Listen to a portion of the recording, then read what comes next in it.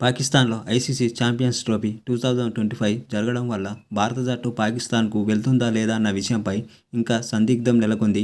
ఈ మెగా టోర్నీలో ఆడేందుకు పాకిస్తాన్ దేశానికి భారత జట్టును పంపేందుకు బీసీసీఐ నిరాకరించింది. ఆటగాళ్ల భద్రత దృష్ట్యా బీసీసీఐ ఈ నిర్ణయం తీసుకుంది.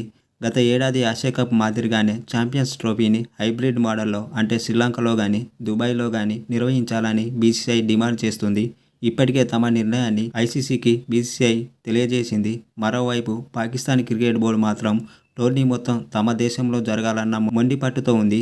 పాక్ మాజీ క్రికెటర్లు సైతం భారత జట్టు తమ దేశానికి వచ్చి ఆడాల్సిందే అని డిమాండ్ చేస్తున్నారు. తాజాగా ఇదే విషయంపై పాక్ మాజీ క్రికెటర్ షకీల్ ముస్తాక్ కీలక వ్యాఖ్యలు చేశాడు.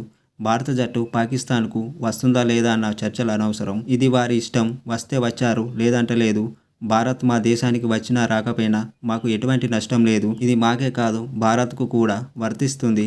భారత్ మాత్రమే కాదు, ఏ జట్టు మా దేశానికి వచ్చినా మేము స్వాగతిస్తాము. ఇది అంతర్జాతీయ క్రికెట్ కౌన్సిల్ ఐసీసీకి సంబంధించిన ఈవెంట్ కాబట్టి ఈ విషయాన్ని ఐసీసీనే చూసుకుంటుంది అని షకీల్ ముస్తాక్ ఇంటర్వ్యూలో చెప్పుకొచ్చాడు.